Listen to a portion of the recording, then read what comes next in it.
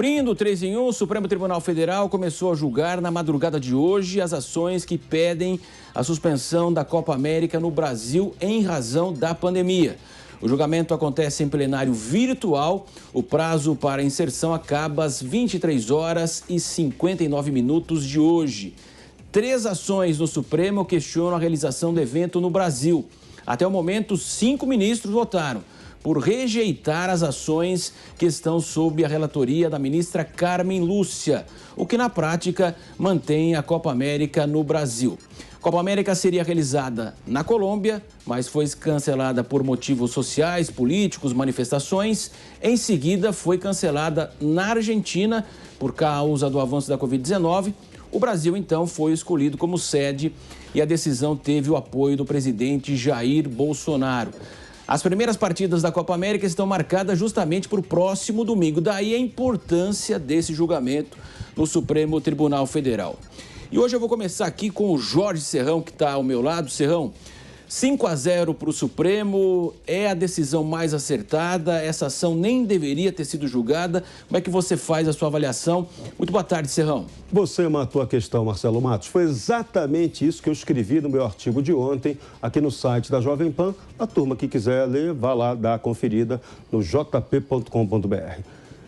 O Supremo Tribunal Federal não devia ter tratado dessa questão, foi perda de tempo. Bastava que a ministra Carmen Lúcia, relatora, e outros ministros dissessem: isso não pertence para o Supremo resolver. Ponto final, e acabava. Se fosse da Suprema Corte dos Estados Unidos, que tem essa prática de rejeitar assuntos que não são de natureza eminentemente constitucional para a Corte Constitucional avaliar, a gente não estaria perdendo tempo debatendo esse assunto. Então, assunto futebolístico, pressão poderosa, comercial muito grande, pressão política, já que o assunto acabou colocando em confronto quem não queria a Copa América no Brasil só porque o presidente Jair Bolsonaro foi quem autorizou.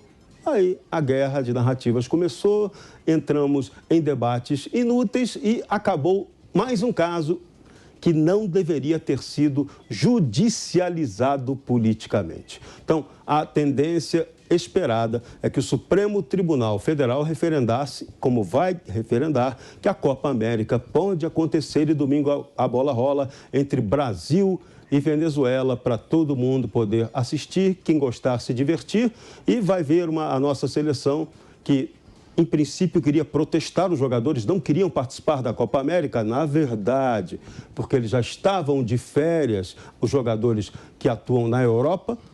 Então, vamos ter tudo como dantes no gramado do Abrantes. Brasil não tem jeito, é o país do futebol, a bola vai rolar normalmente, apesar das politicagens. Agora, toda essa guerra rendeu um desgaste ao presidente da CBF, Rogério Caboclo, que acabou no meio da história acusado de assédio sexual. Contrariou o interesse, levou pau na cabeça. É assim que funciona nosso sistema de rigor seletivo e de assassinato de reputações. Pegaram um fato concreto, que ele vai ter que responder mesmo por assédio moral e importunação sexual a uma funcionária da CBF, da área de eventos e cerimonial. Então, não tem jeito, Brasil, infelizmente, é isso. O país da piada pronta, onde a bola rola, porque não tem outro jeito.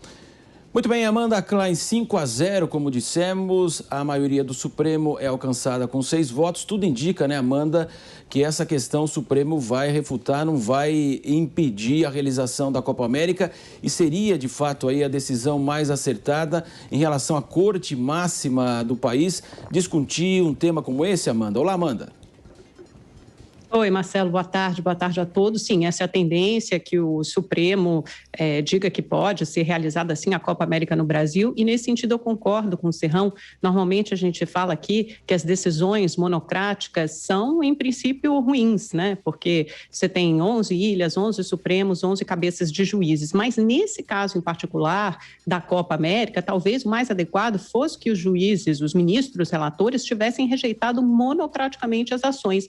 São 3 ações, duas sob a relatoria da ministra Carmen Lúcia, foi ela que pediu para incluir com urgência no plenário virtual, na pauta do Supremo, e o presidente Luiz Fux incluiu, e uma sob relatoria do Ricardo Lewandowski. Até um jurista que acompanha muito atentamente essas questões do Supremo, ele me disse o seguinte, o STF não tinha que gastar um capital político com um caso desses, com uma decisão dessas, porque cria um caso, né, cria um cenário, um contexto em que parece que o STF vai interferir, aí fica todo mundo naquela apreensão, cria insegurança jurídica, às vésperas da Copa América, você não sabe se o jogo vai ser realizado ou não, tudo isso para que o STF rejeite as ações, como mostram aí esses 5 votos, e essa é a tendência. Então, só para a gente entender, as duas ações sob relatoria da Carmen Lúcia, uma delas é da Confederação Nacional dos Trabalhadores Metalúrgicos, outra é do PSB, né, um partido político, e sob a relatoria de Ricardo Lewandowski temos uma ação do PT. A ministra Carmen Lúcia já rejeitou as duas ações, das quais é relatora, por questões processuais. Ela disse que é um erro, não há nem como cobrar responsabilidade somente do presidente da República, mas também dos estados, dos governadores, porque eles aceitaram acolher, sediar os jogos e os jogadores, então a eles também cabe apresentar um plano, um protocolo de segurança sanitária, e o Lewandowski também negou a suspensão da Copa América, mas determinou que o governo federal e os estados sede apresentem o que ele chamou de um protocolo compreensivo, né? E aí, de novo, em referência à segurança sanitária. O Edson Fachin seguiu nessa mesma linha, mas foi a decisão do ministro Marco Aurélio Mello que foi no foco da questão. Ele disse o seguinte: pretende-se, em última análise, que o Supremo se substitua ao Executivo Federal e defina, sob o ângulo da conveniência e implicações, se deve ser realizada ou não no Brasil a Conmebol Copa América, ou seja, é uma matéria de caráter administrativo do Poder Executivo, não cabe ao STF adentrar essa competência. De novo, eu acho um equívoco que a Copa América seja realizada no Brasil. O Brasil ficou com a xepa da Copa América. A Argentina não quis, Colômbia não quis, há 2 semanas do início dos Jogos veio parar no Brasil, imerso também numa crise sanitária muito grave, com cerca de 1.800 mortes diárias. Essa é quase a média móvel de mortes. Mas é uma decisão política, de caráter executivo. Então, de fato, não cabe ao STF interferir. E o Poder Executivo também. A gente viu outro dia o Marcelo Queiroga apresentando aí um plano de segurança, um protocolo, que eu espero que seja rígido, rigoroso, e seguido por jogadores, delegações e os mais de 2.000 jornalistas inscritos e credenciados. Esse é o cenário de hoje. Domingo começa a Copa América no Brasil, a gente tem que torcer pelo Brasil, claro, e também pela saúde de todos os envolvidos. Muito bem, Rodrigo Constantino, acredito que nesse tema não há divergência aqui em relação ao Supremo não se meter nisso, né, Rodrigo? Olá. Olá, Marcelo, sem dúvida, né? Sem dúvida, isso é ridículo. Mas, infelizmente, isso vem já num crescendo, né? Porque os partidos de extrema esquerda, veja que a Amanda já citou, foi o Partido Socialista Brasileiro, foi o PT e foi sindicato, né? São a extrema esquerda brasileira. Eles perdem nas urnas e eles tentam governar por meio do tapetão, para usar a metáfora futebolística. E o tapetão chama-se STF. E muitas vezes é acatada a demanda desses partidos, né? Desses grupos de extrema esquerda. Então, levaram mais uma vez para o Supremo, talvez na esperança de vetar, mas principalmente, quero crer, na tentativa de desgaste político, né? E aí é que mora o problema. A população em geral quer ver os jogos e não está nessa paranoia. Até porque sabe que está acontecendo outras atividades esportivas, outros campeonatos. Houve uma campanha muito forte de uma emissora que perdeu os direitos de transmissão. E hoje nós ficamos sabendo pelo UOL que a Globo tentou fazer, inclusive, uma oferta mais agressiva ainda para a Conmebol e não conseguiu. E aí veio a hipocrisia toda, inclusive com seus jornalistas esportivos e tudo mais, falando de Copa da Morte junto com o Renan Calheiros, né? Então é tudo uma grande palhaçada. Nós estamos vendo um show de hipocrisia faz tempo no país, desde a pandemia, né? Uma exploração da pandemia e das mortes para fins eleitorais abjeta, né? E talvez o ápice tenha acontecido justamente com essa questão da Copa América que ultrapassou qualquer limite do ridículo. A Argentina acha que vai disputar a Eurocopa, mas o que restou para eles foi mesmo a Copa América. Resta saber se eles vão ter a humildade de jogar um jogo com selvagens e índios, né? E o que quero chamar a atenção aqui para terminar a minha análise sobre esse assunto, Marcelo, é o papel da esquerda em relação a tudo que ela toca apodrece.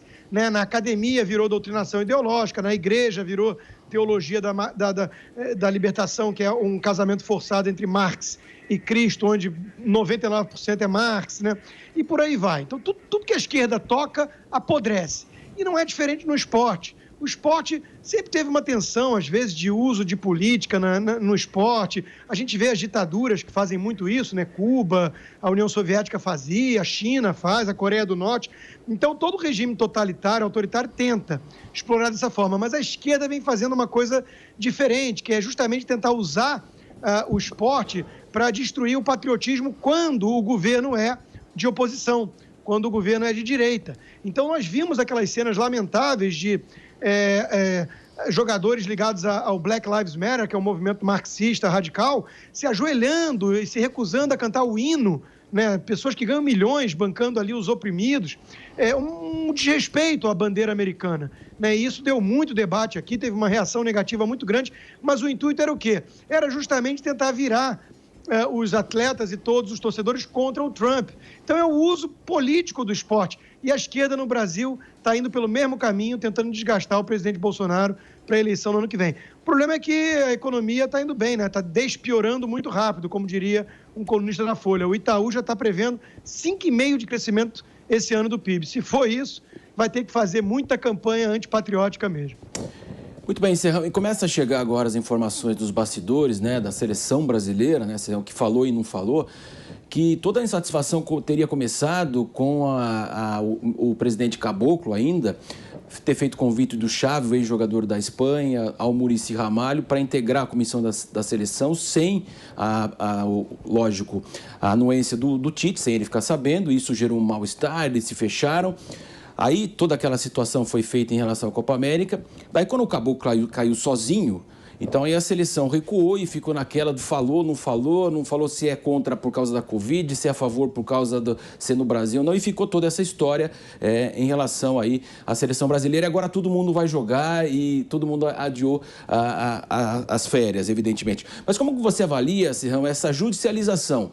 Em outras épocas, não para na cabeça do brasileiro esse assunto ser levado para o Supremo Tribunal Federal.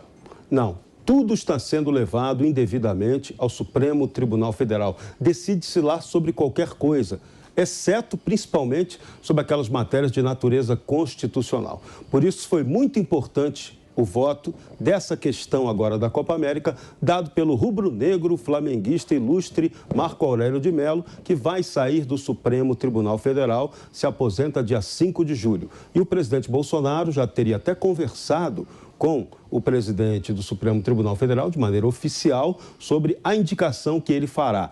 O presidente Luiz Fux pediu a Bolsonaro que não fizesse essa indicação publicamente antes da aposentadoria oficial de Marco Aurélio. Parece que o presidente Bolsonaro, por uma questão de civilidade, o combinado não sai caro, deve acatar e não indicar. Agora, ainda não se sabe quem Bolsonaro vai mandar para lá. É muito provável.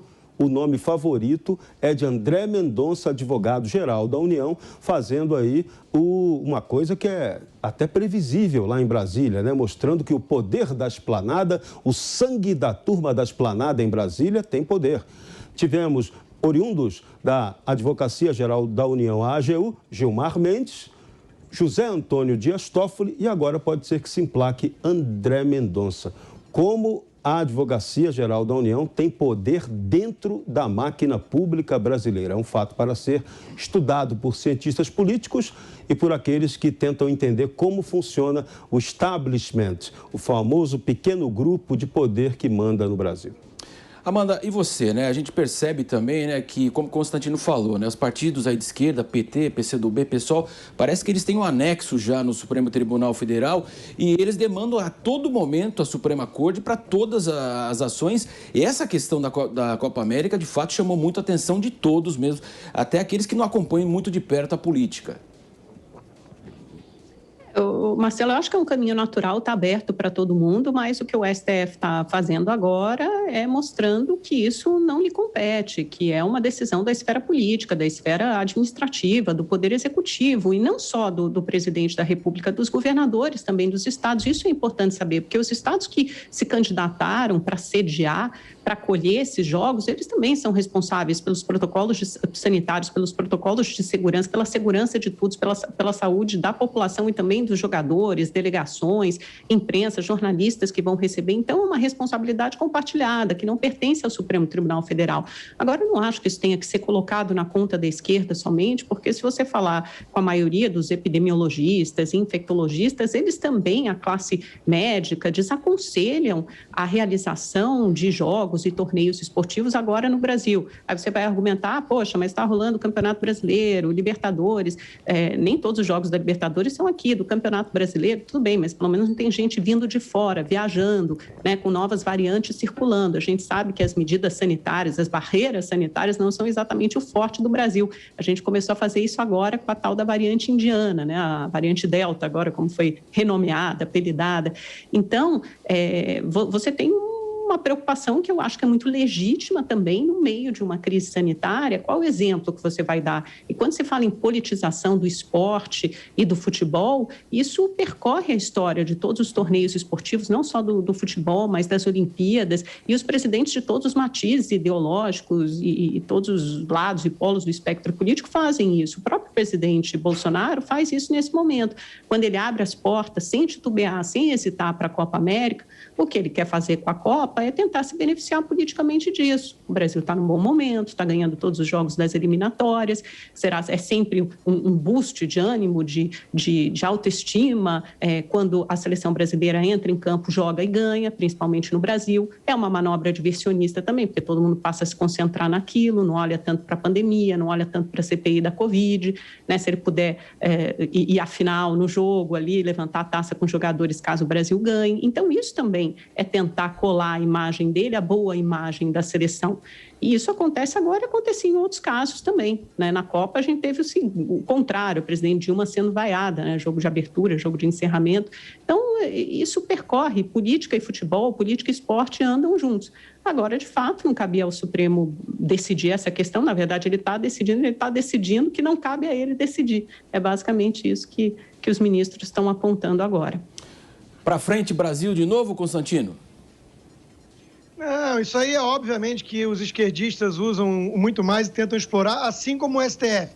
É mentira falar que está aberto para todos e que acontece independentemente do espectro político. Isso é uma narrativa falsa. Esse Supremo que temos, né, que o Brasil precisa salvar o STF desses membros, né?